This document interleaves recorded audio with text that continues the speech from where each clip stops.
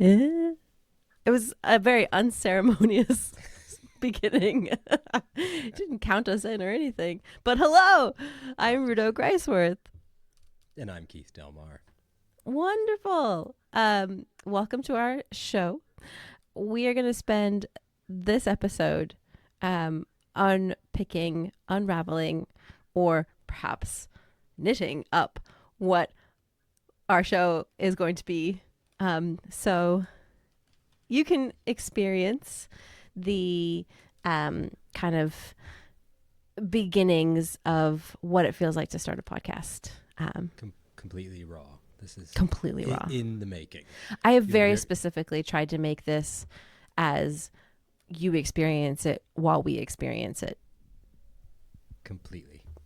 I have questions that will show how raw this is. Yeah. Yeah. But I mean, caveat is we are both very online in various ways. Both had experience with podcasting, comfortable flowing. So I think we have like kind of a high baseline to begin with. So it's like, you know, we're riding high. We're riding high. Yeah. Yeah. This all just explodes off the fact that I got a call from Rudo last Saturday saying, "Hey, got this idea, and do you want to do a podcast together?" I was gonna try to make it really, like build a really good story, like do really good storytelling. And I just was like, "You want to do a podcast with me?" And I said, "Absolutely, yay!" That's so exciting, so excited. Mm. I mean, just think about it, like. To be one of the guests, I got 2 episodes on Rudo Love Podcast, but to be amongst all those other those guests and then get picked as a co-host, yeah, I'm feeling pretty excited, and the fact that we get to, but the nature of this podcast, whether anyone's listening or not, is it's the process of being able to be with you for 1 hour a week. Jam, hear our voices on the microphone together, vibe, have fun. Oh gosh, it's so exciting to me to have ourselves bubbling on the same podcast. Totally. Have you seen that meme where it's like friends hanging out and they're like, "Oh my god, we should like record, we should make this a podcast," and like it's all of a sudden like your life is turned into just like content for a podcast because like that's life. That's life. Or like that, yeah. What you just said on the sofa should be in a movie. Like, I know, and then the reverse is true too. It's like we should have a podcast recording night, but like not record. I think they call it hanging out. Hanging out.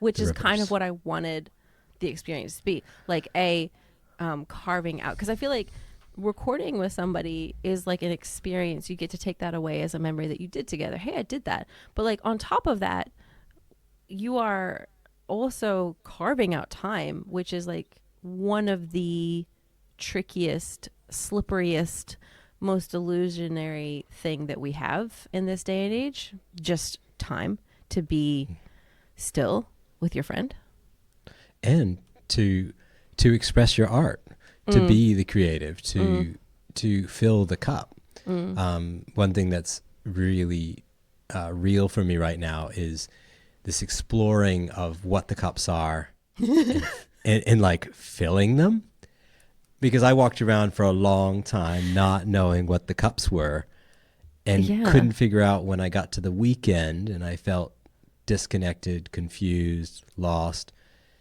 and realized, it's because there's cups, there are cups that are not being filled and I don't know what they are. Very agitating. Let's make a TikTok, like, and that was actually 6 months ago was a huge key for me. Was I said, there's a creative need that I need, and it's to create and share love and kindness with the world. That's my gig. And I'm going to do that for 1 minute, 5 days a week. I'm going to get into work early, record the thing, share it on TikTok. Awesome. And that totally changed so much of my mental health for a sustained period of time, knowing because you were making things that I'm doing a little, drip, drip, drip, drip, drip And things have changed since then. Since I went on a long trip and came back, and things do change when you shuffle things around. And also I changed my working days, where I'm working, I'm getting a day off every other week because I'm working 9-hour days instead of 8. So banking them up to get a day off a fortnight. And that's completely changed because now I'm working 9 hours a day. I can't wake up so early and get to and do my TikToks. But what I do have is time to do this and with you, and that fills my cup in such a big way that I imagine this is going to be overflowing, and it will create more TikToks and stuff. TikTok, this is the best part about podcasting, is you find the micro moments that are standalone worthy of however many seconds people's attention span or the app requires, and they are of themselves, but you've already done the thing, this big beautiful thing as well. Yeah. Content, I believe they call it. Oh, right. Dude. I just love this, Rudo. I'm just so happy to be here. Me too. Thank you. I feel so honored. So Ruda tells me this on Saturday, and then I've got a bubble all week in my brain. Bubble. Oh, and I specifically gave you nothing. Yeah, she gave me nothing. I was like, do nothing. Do nothing. Do nothing. Just know that you will be recording a podcast. Super cool. And yeah, the magic of just getting to show up here, and that's magic. Because if we kind of lift the veil a little bit on the mechanisms behind traditional podcasts. I mean, everyone has a podcast anymore. Can you even call anything traditional when everyone does it? But, a more structured, business-like interpretation of a podcast is like theme, music, intro, platform, purpose, breadth, audience, reach, frequency. I mean, we nailed it. We said we're going to do this weekly so that we at least know that. I did. We don't know who our audience is. We have no idea what we're going to talk about. No. Yet. And I did set a goal for this. Ooh. Because I do think goals are important. And I know how much they've affected my life over the past number of years, that I've just been able to do things that I would never have been ever able to do with my absolutely beautiful brain. Word. And the way it works. So yeah, I set us a 10-week goal. I haven't discussed it with you yet, but 10 episodes to understand what kind of goal I need personally to move forward. And I don't need much motivation to get here. I've already organized my life. So thank we you. Can have, we're here. We're here. Thank you so much. And you've such a lovely setup, by the way. And you sound amazing. Thank you. Yeah. You too. Yeah. Look at that. And then today I'm recording on the SM58 by Shure. I bought this microphone. As am I. Are you? Hang on a minute. I'll just reveal. Should I say OMG? No, that's awesome. This is magical, y'all.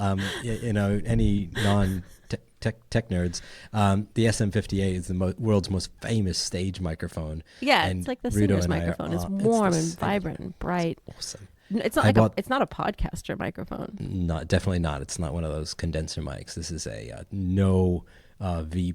What do they call that?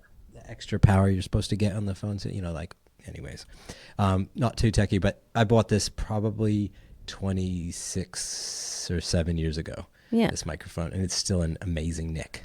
And because we have such rock and roll lifestyles, we know that we can stomp on them and throw them out into the audience, and they won't break.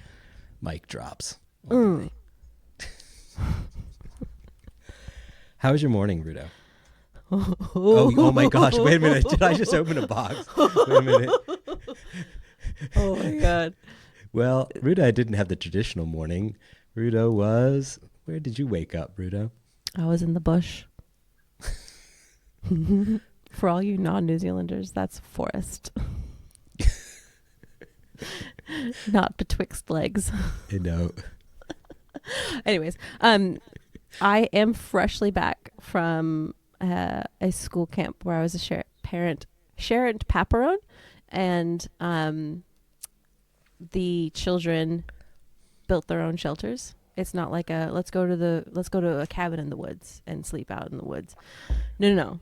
This is like a survival skills campsite where the children had to make like found logs and lean-tos and like palm fern fronds and like actually create their own shelter and try to get as least amount of exposure possible. Like you're not supposed to be able to see light through it, you know, and the kids were all challenged to do that with teacher and the outdoor classmen. And you slept in this?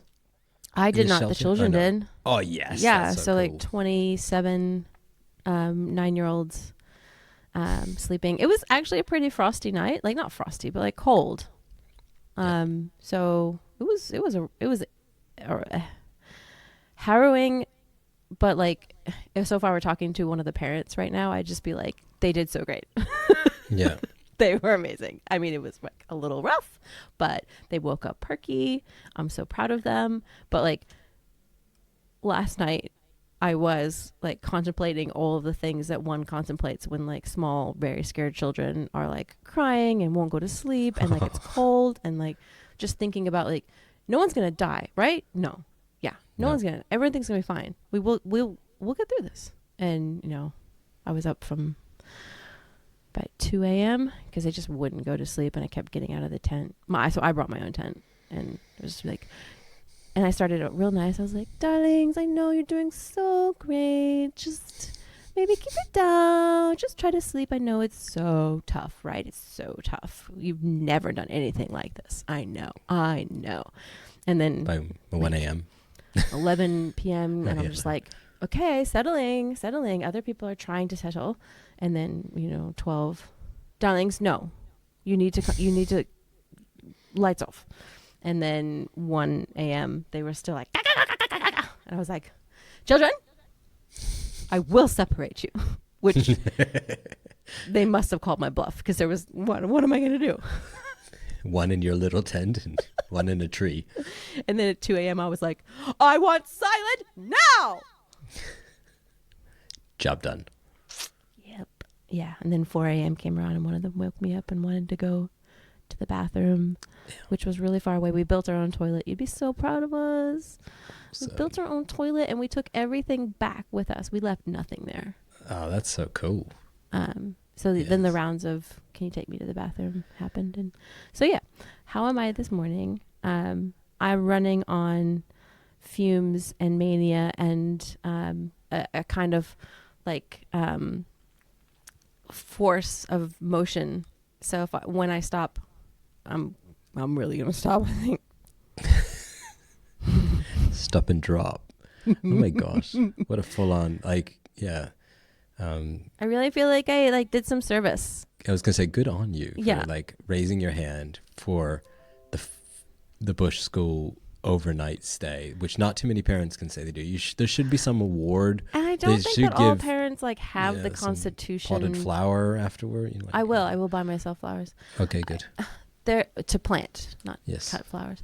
I don't think all parents are cut out for that, and nor should they be. So like, I don't want people to feel like ever feel guilty for like not showing up for their like school stuff the way that they think they should, because like everyone's got their own thing, right? I'm not going to bake for a bake sale. That's not going to be me. I won't. Mm-hmm. I won't go to every soccer game. I won't. Yeah. But can I bring the chill, calm, everything's going to be fine vibes on a survival skills camp? Yes. Will I like serve them delicious food and just like laugh and have fun with them? Yes. Awesome. That's my wheelhouse. That's a good wheelhouse to be in. Camping vibes. Rudo. I like camping vibes. Camping vibes. Let's go camping. We should do a podcast while we're camping. While we're camping. Okay. All right. Gosh. And it starts. That. And it starts. Should we maybe mention that both of us have like some similar traits? Yeah, I think they can start picking up on. No. Yeah, go ahead. You can lead with that one. What's our similar traits? Assholes. Oh gosh. Explicit. Sorry, Mom. Yeah. Oh, sorry. Should I not curse for our podcast? No, it's okay. You can. Do I? You Do can we curse. need to be? real I've had clean for to your apologize to podcast? my mom for my F-bombs in certain videos, and I love you, Mom, and it's just an expression. It's not it's just an expression, vocal, verbal expression. Well, Doesn't mean I'm totally anything fine besides with like the awesome. intellectual challenge of just finding other words. So My daughter's been teaching me a few. She's like, Dad, just say, what did she say? Like, it wasn't foosballs, almost the name of this podcast, but something. Still, I think it's fudge, I think pretty sure it's fudge. we were at Peter Pan the other Which is day, awesome. and I am heard one of the actors go, I don't give a shiitake mushroom what you say. And he thought that was the best part of the play. That's awesome. Shiitake mushroom. That's pretty cool. Yeah. Just thinking about it while I'm looking at the background. So I've got this nice background, and there's no like real magic here, right? Like, so I don't own a place that's like super uber cool with like 2 beautiful coaching seats and an old record player and some USB speaker and a light. So stately. It just happens to be the awesomeness of manifold co-working space in New Plymouth, where I'm sitting in an old vault from the Taranaki Times, I think it was. Wow. Where they would keep the, I don't know, special secret plates from the newspaper. I don't know what they kept in this vault, but there is a vault door to this direction over here. And it's a cool, really cool, chill place. And I really appreciate the ability to be here and have this be the space where I'm going to come and record, where I'm away from kiddos, where I'm away from distractions. And so it's not like Keith's a rich dude, which is a really cool background. Ruda's rich. Look at her life. She's so rich. And Rich in that is your home. It's beautiful. Soil beautiful rich. setting. Yeah. So, anyways, I just wanted to give drop credit to that, because sometimes when we see YouTubes or videos and things, and we think, it's just like, say, I'm not going to do my thing until I have something like that, or not saying that this is like amazingly lit or anything. I don't have my, some proper lighting on or whatever. But I feel the like point we'll is, grow just into all do that stuff. just do your thing. It's not a big Just thing. do it. Just do Just it. Turn the start it. camera on and start recording. So anyways, Yes. I'm just feeling inspired, and I'm really Ooh. glad to be in really a nice warm space where I can hang out and talk to you. And I'm just looking forward to the, at the very least, according to my goal, 10 episodes, 100% committed. And then after that, we go like, how many more can we do? Because this is so much fun. And I am just, committed. When is too early to congratulate yourself for achieving day 1? Can we congratulate ourselves now? I already did before I went to the little bakery, the little vegan treats. And I was just like, I was talking to the lady. I was like, I really want to celebrate, but I haven't quite done this thing that I'm celebrating for. But I feel like I'm going to celebrate now, so that I can I didn't go into it too much, but I've got some of that sugar in my veins right now, which I probably don't need for excitement and passion and expression, but it's in there, it's floating around, and I have the other half of this delicious thing waiting for me for the extra What is celebration. it? I'm gonna get like food envy. So it's like chocolate and vegan chocolate and some almond. It's a minty slice. It's a minty chocolate slice. And I decided to go minty because I was like, I want to keep fresh and I didn't want to feel too sweet. A minty chocolatey vegan-y slice. That sounds amazing. By Wild Pear Kitchen in New Plymouth. Yeah. So you're in New Plymouth, I'm in Taranaki New Plymouth. region, Aotearoa, New Zealand. G'day. And I'm in Tamaki Makaurau, Auckland, the bustling metropolis of Auckland. Also Aotearoa, New Zealand, which I must say, part of the allure of asking you to podcast was having a co-host be in the same time zone as me. I'll take whatever I can get.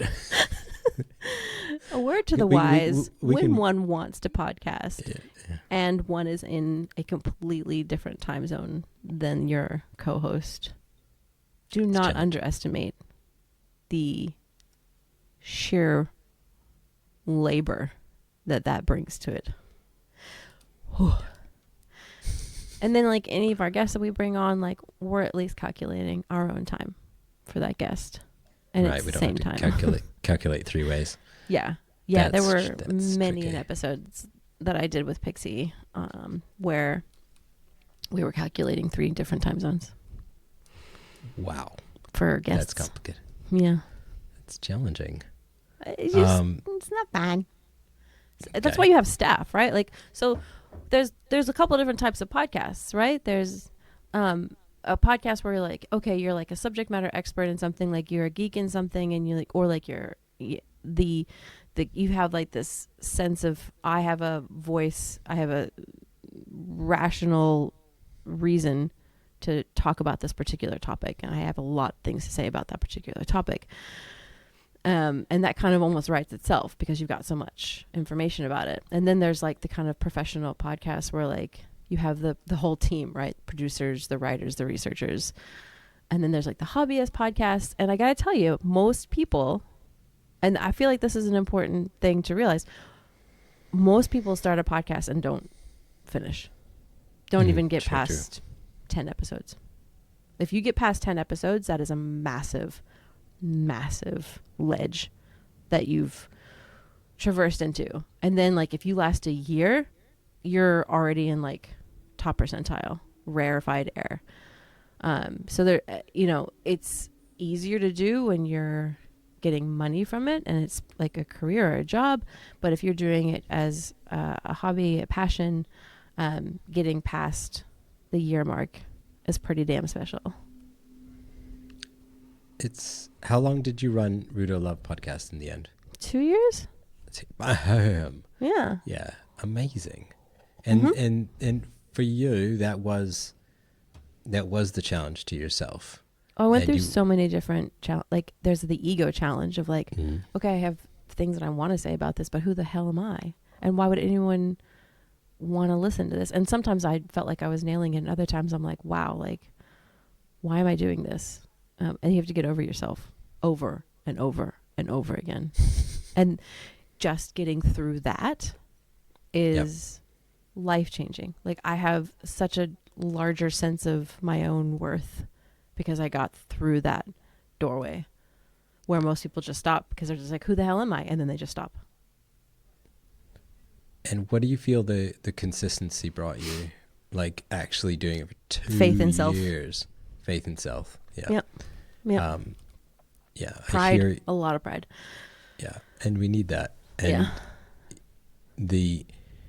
I hear over and over again when it comes to these things, is consistency, just showing up, doing it over and over again.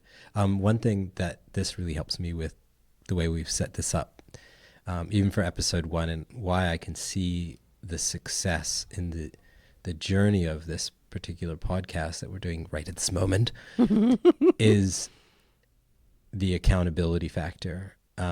So every Friday, Rudo is going to be waiting for me to have this amazing chat together and this time together where unless we're on vacation. Unless we're on vacation, to share, love and kindness and just be freaking real, real and passionate as we want to be. And, I feel like that's our expertise. Like, absolutely. So we are coming, like, I think we're that podcast where we're really focused on like kind of like one kind of subject and we're really, really good at it.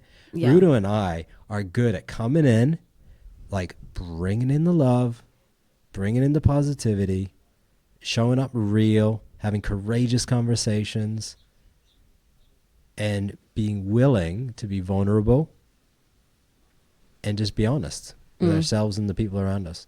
And so if you're looking for specialists, like that's what this Bubbling podcast is going to be about, is because I feel like we've gone through some journey. We've done some work, and this is so exciting to be here and sharing the work. I feel like we have a lot to say on not just love and bravery and vulnerability and passion, but like if you contained it or crystallized it, it would be like also like a level of self-awareness / self-improvement. There's like a cultural commentary that comes with that, because self-improvement is often done within the modality or in relevance to what framework you currently find yourself in. So there's like a little bit of social commentary in there, but like you are the culture, you know, the culture of passion, the culture of curiosity. And with that, there's like a magnetism. So like society and culture to me is like magnetic. You're curious about it. You want to be in it. You notice things. You can spot the diamond in the rough. That to me, both of us are very good at that. Can I give you an example? I feel like that's best. Yes. Okay.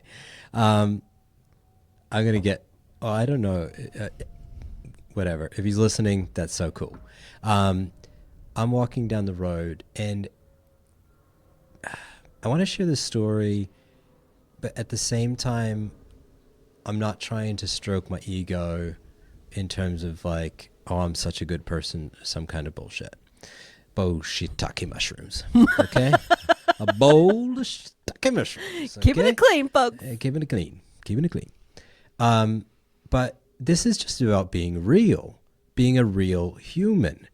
And I guess what triggered this for me was my mom told me a story the other day. She had fallen on a curve. She was trying like going to the hairdresser and she fell, hurt her wrists, and then apparently she also hit her face at the same time. I don't know. I guess on the ground, her glasses saved her face a bit. Long story. Mom says 2 people walked by her and didn't offer her any help at all. Like they just walked by and ignored the fact that this beautiful woman is on the ground, banged up, like in pain, trying to get up. And so when I heard that, I was really pained by that cultural norm. I don't know what was going on there. But today, Mom's okay, by the way. I had her go have x-rays. And Mom almost didn't tell me about her injuries because she doesn't want me to put her in a rest home someday. You know, she's doing, Mom, I love you. No, sorry, because things happen, you know, as people get older and sorry, Mom, I'm sharing this, but I'm not putting you in a rest home. You know what I mean? And, yeah, you're okay. You can tell me about all your injuries. Okay? Yes. But that's the important, is that communication. You don't need to be, as we get older, we need to communicate more and not be afraid of our kids. And share our struggles. You know, not for fear of retaliation or weaponization. No, exactly.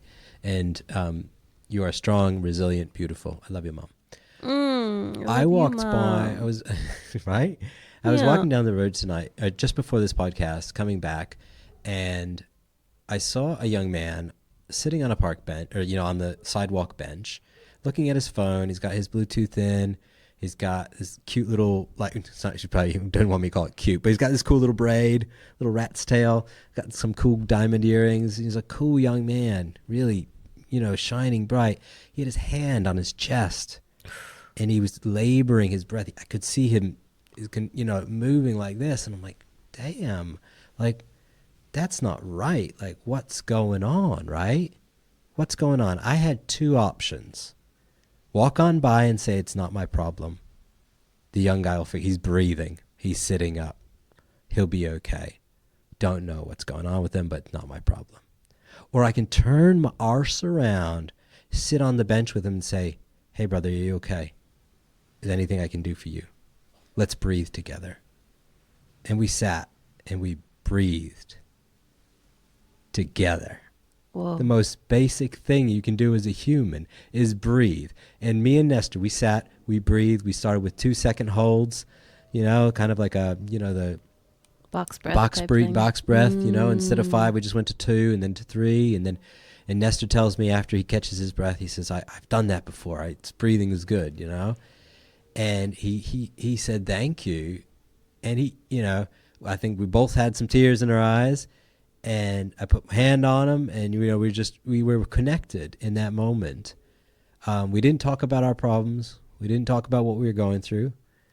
I did ask Nestor if he's vaping at all, and he said, yeah. And I said, yeah, we got to get rid of that shit, because it's not good for our lungs. But whatever Nestor was dealing with and going through, obviously put him into a state where it was, he was having trouble breathing. He said it was hurting. He was having really, I don't know if you've ever had those pains where you try to breathe and it really hurts your chest, or it's like hard to catch your breath. I've had them a few times. But anyways, that was the moment in time. And the work that I've done on myself allowed me not to judge him, to sit down with him, to get over myself and be with him in that moment. And I'm so incredibly thankful for doing the kind of work that I do. And that's not just sitting and reading self-help books. I read enough of those since 12 years old. But that's the work of being vulnerable. Going to a men's group is one of the things that I do, that where I share every other week with other dudes, being vulnerable, digging up the darkest stuff that I can find and going, I want to be accountable for this. I want to be accountable for this. And if you do that enough times, you get to the point where you're like making up stuff. Like mine last week was like, I'm going to eat more leafy green vegetables. Like I had to, it's like, but I'm strong about that. But,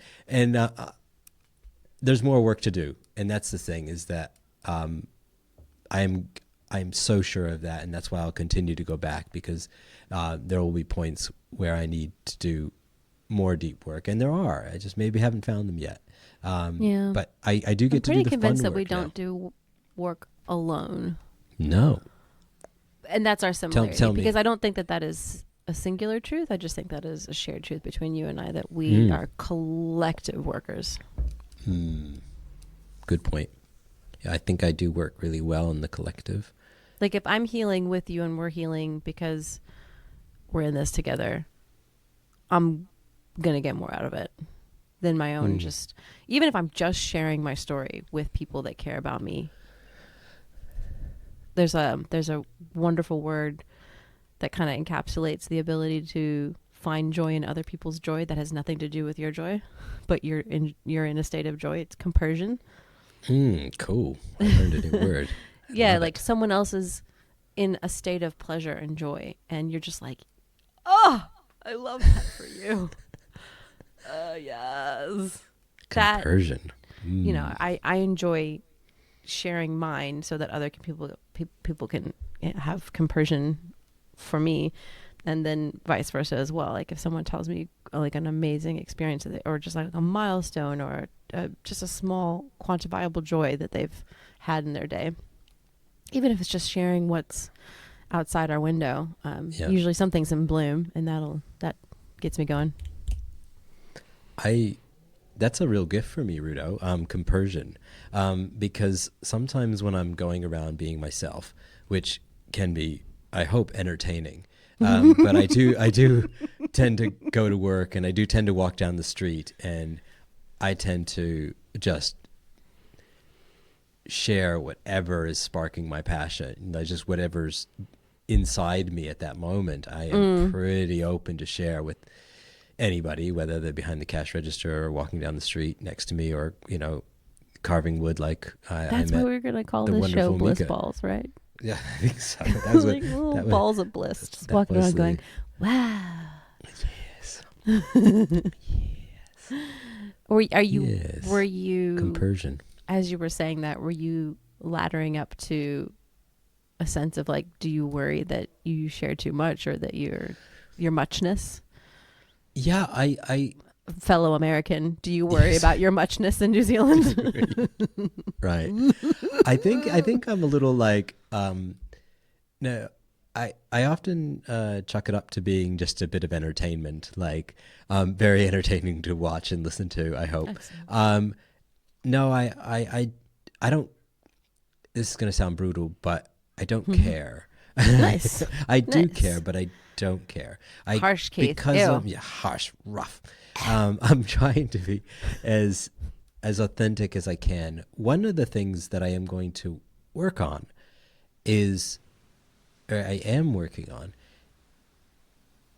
not attempting, even though I said I don't care, one of my things that I work on is not caring what other people are thinking, or trying not to worry about what I got. This has got something really rich for the show in just 1 second, I'm going to share just something that came out this morning, is not worrying about what other people think. And one of the Viking who is going to be editing this podcast, which will be called The Viking, once said to me, it's none of your business what other people think about you.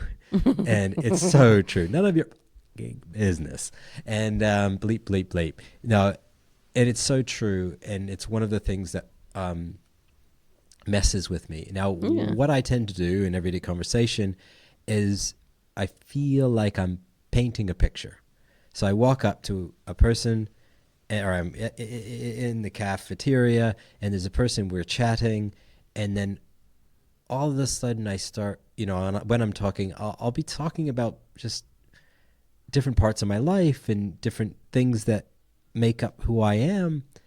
And I'm actually just going like this. I'm like, yeah, hey, so my name's Keith. Yeah. Are you new to the business? No, I've been here for a little while. I'm a digital guy, and I'm painting it over here. Like, wait, let me give you the Bob Ross voice. You know Bob Ross. So yeah, we'll just put a little tree over here, and how about a happy little stream? That's right. Yeah, just shall we wash the brush here? So so I'm like trying to and I question myself. Like, I love to share the beautiful things and beautiful parts of my life. I love to share the things that I've learned. I love to share what my growing up was like. I also love to hear, and I ask questions to learn and hear about other people's upbringings. What's their experience?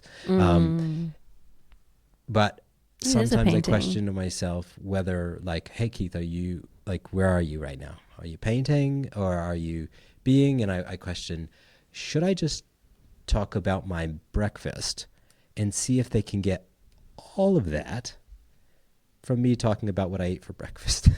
Interesting.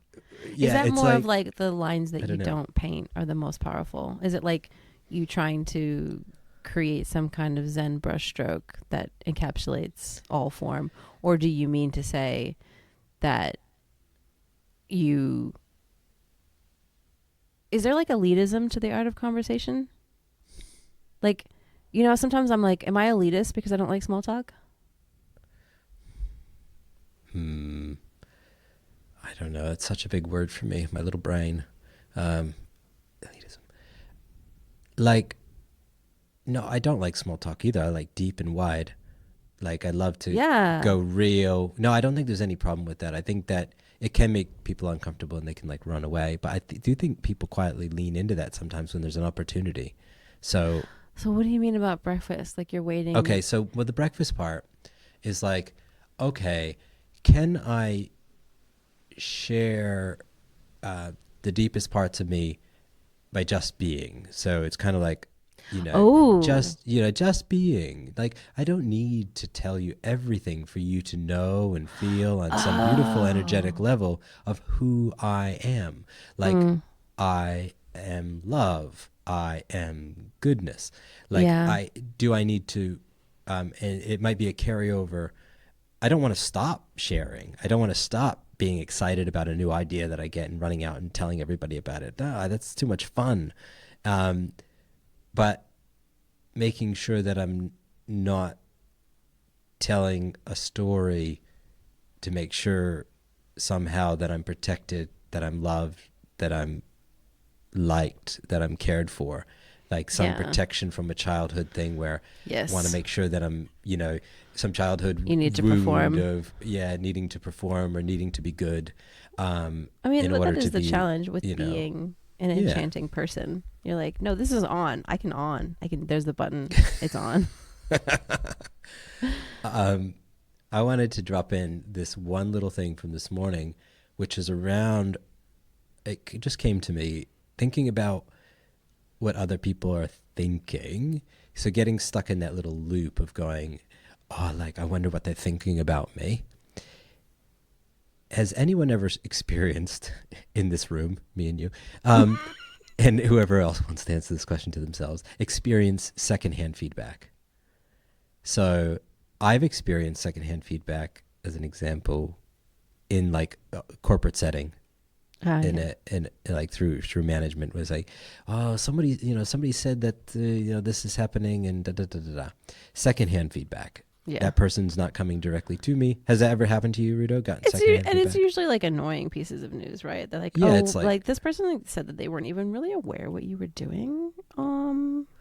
So yeah. Yeah.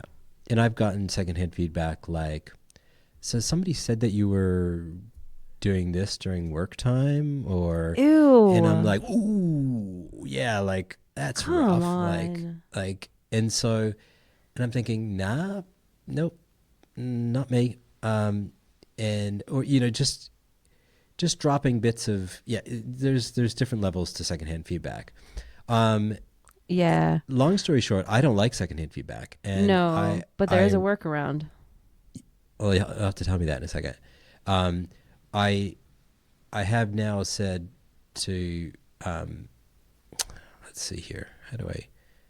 Long story short, Keith Delmar does not accept secondhand feedback. I'm sorry. Oh. Doors closed. Whoa. Oh. No. Now, if you need to give me feedback and you need support to do that, please come along with somebody else. If I were to put you in harm's way and you want to give me feedback, well, then I do have a caveat, an exception. There's an exception to the rule. If you feel threatened or scared of me, then you couldn't give me the feedback directly. Well, then I totally understand. Secondhand feedback's acceptable. But any other circumstances than like feeling scared of me, I'm just That'd be bonkers. Totally not cool with. Okay, so I went on and on about secondhand feedback. How does this work with about talking about what I'm thinking about others? I feel like when I'm trying to figure out what others are thinking, it's like secondhand feedback just from, I'm giving myself secondhand feedback. It's like, it's not relevant. It's not associated. Like it's not grounded in anything. So yeah, I'm going to attempt to take that little tidbit from myself and apply it and remember that when I'm trying to figure out or trying to assume that I know what somebody's thinking or et cetera, I'll just be like, Keith, don't give yourself secondhand feedback. Don't give yourself like ridiculous imaginary feedback. So full stop. Yeah, I like it. I like that you...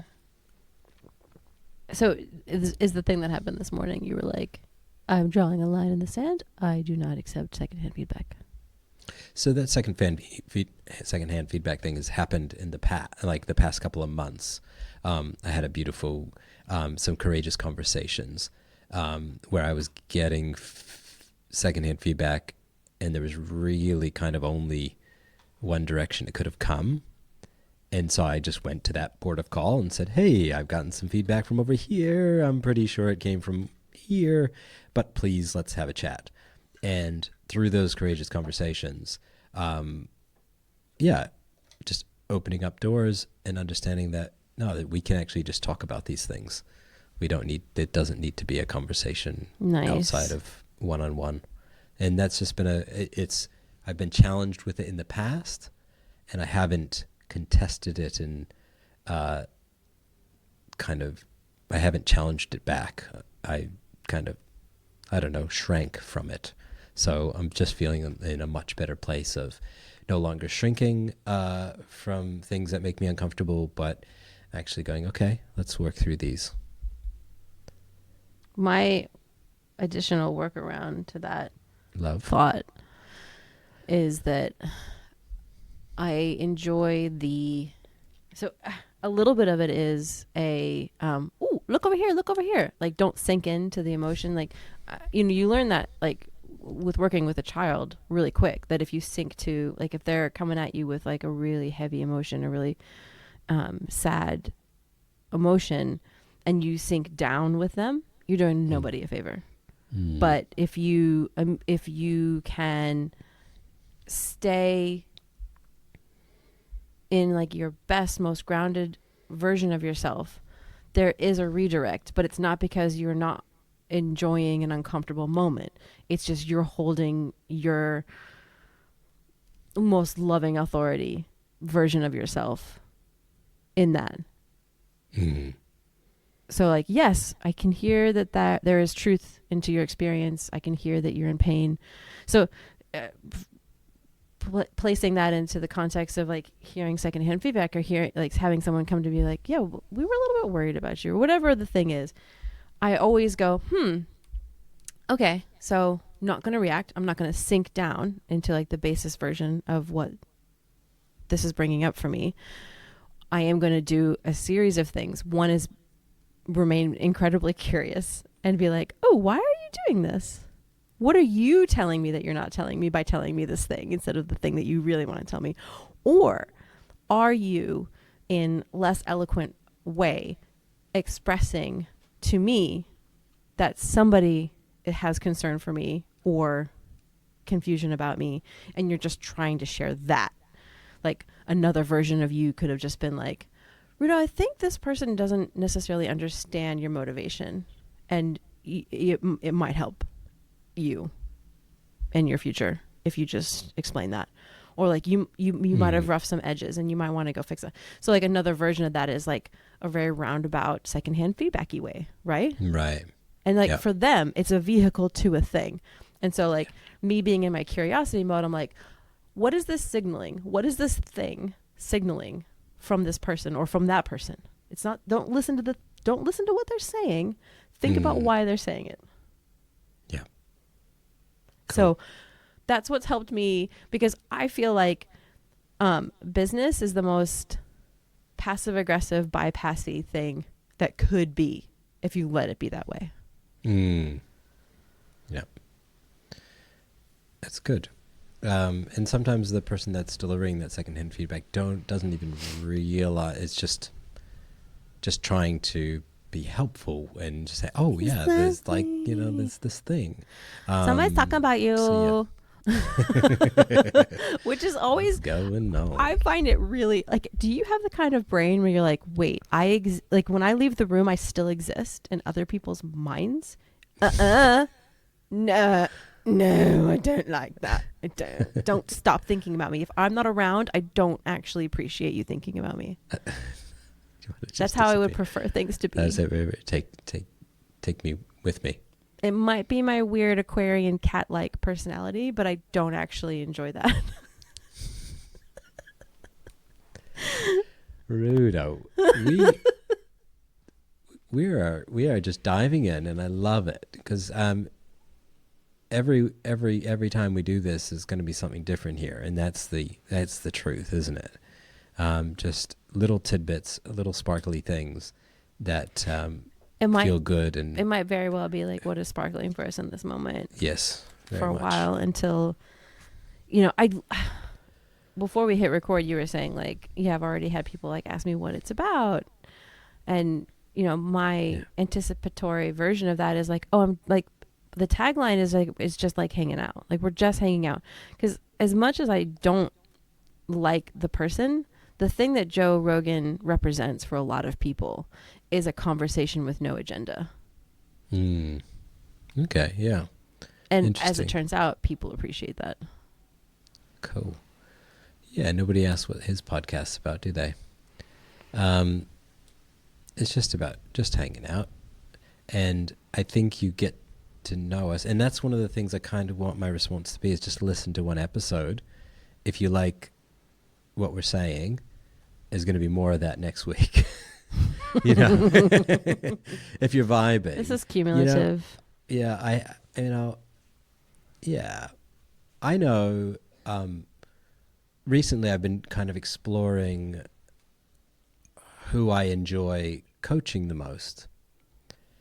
And because I've coached a few different people in different life circumstances and different things, and I tend to coach a lot of people in startups when I'm doing my coaching stuff. And I love that startup space. I love that gritty starting, not sure what to do. New relationship energy. Very, very passionate, have a goal, want to give something back to the world. Because of course I'm working with, B Corps and people that are trying to do good. And just, so many people are trying to do. I mean, when you do this stuff, Rudo, right? You attract it, like you were saying, that magnetism. Yes. it's just like when I had the wheatgrass business, I was growing organic wheatgrass. If you don't know what that is, look it up. Have it go and find a juicer, make some wheatgrass. Who would not know about wheatgrass? A lot of people. I haven't had any in a long time. Yeah. When I was doing wheatgrass, it attracts. Yeah, I mean, do what you want to attract. I mean, if you want to attract health and you want to attract people that are interested in health, do something healthy. If you want to do something, attract people that are positive, do something positive. I mean, I was walking down the street today and I met two amazing people just by smiling and saying hello. Yes. And then a conversation starts and then there it goes. Yeah. I mean, that's like belief systems. Like, I believe that my life holds these intrinsic values, and this is what I believe the world to be because of those values. And then lo and behold, the world actually is that, because you've set up the world to be that way. Absolutely. Be the thing you want to bring, be the thing. Oh, that was a big I just heard a nice little rumbly purr. Yeah, so tune in next week if you want to hear some more dulcet tones. Oh, shucks. Should I do my Bob Ross impression again? We might just do like an ASMR episode. We're just like, I'll Google that after with you. ASMR? Oh my God. It's another acronym. Okay, I'll go check it out. Yeah. You got some in that jar? Is that? We're gonna go and record soon. Some more recording, and you're gonna have such a great time the next time you record with us. Yes. Please, you're welcome anytime to come with us. Thanks. Come along again soon. Yeah. Stop by. Check us out. I hope you liked our YouTube channel. You can watch us. You can have us on your second screen at work. Just, Ideal. They'd be like, Ideal. what's You going don't even really on? need to be listening. Just like No, hanging out with us. Hanging We're out. like those like chill office mates like next door that you're like, oh, they're just like vibing. Yeah. And like, tell us what you're doing. Tell us what you're doing. Tell us what you want to do. Live Instagram update things to our feed. Yeah, like tag us or something. Join our Discord server. Do we have a Discord? Oh my God. Follow us on Twitch. I don't understand what I'm saying. Do we, like, all of a sudden we're like... We can do all of those things. I was going to say, the amount of things we need to do now, like we got to go get a Twitch account and a Discord, and oh my gosh, I went on Discord the other day because something that I follow as just a group that I'm in, gone on to Discord off of Facebook, and gosh, there was so many like bouncing emoji type things happening in Discord that I had to just step away from it for a little bit. You can design your own emoji in Discord. It's a little bit of a delicious rabbit hole. Okay, maybe that would make me feel a little bit more comfortable there. But when I got there was things bouncing around, and I was just like, "Whoa, Baby Nelly, steps. I need something a bit more cleaner interface, please. Something a bit more simple, a bit more calm." Fair. Yeah. That might be a reflection of the community you were in rather than Discord. I could go on and on, Rudo, but are we winding down? Because shut up! Stop recording already. I'm not going to try to do any funny voices. No. And for another episode, we're going to do impersonations. Oh, awesome! Then we're going to do improv comedy. I had to do a bit of improv this morning. Ooh. Yes. I was at Toastmasters. Are you doing Toastmasters? I just signed up. Yeah, I went to my first thing. Have you done Toastmasters? No, but I've been meaning to. I think I've got this mean axe of a public speaker in me from childhood. Oh, yes. And I need to sharpen that axe. I've been avoiding going to Toastmasters for a long, long time. I went to one a long time ago, and I just didn't. Maybe the group didn't vibe with me, and I was like, it was okay. It was okay. Yeah. It was cool. They were nice, but it felt a bit didn't didn't have the energy I was looking for. This And morning, now? I walk in 7 a.m. Actually, excuse me, 7:01. I was a minute late, and the room was packed with such Wow. bubbling, creative, brilliant people. What? And I was just like, oh my gosh, I want to be a part of this. And they were so welcoming, really cool. The whole thing was like timed, like clock, as if you've ever been to a Toastmasters, it's very organized, but they get a lot done in a short period of time. And I believe I can go there and improve on my skills.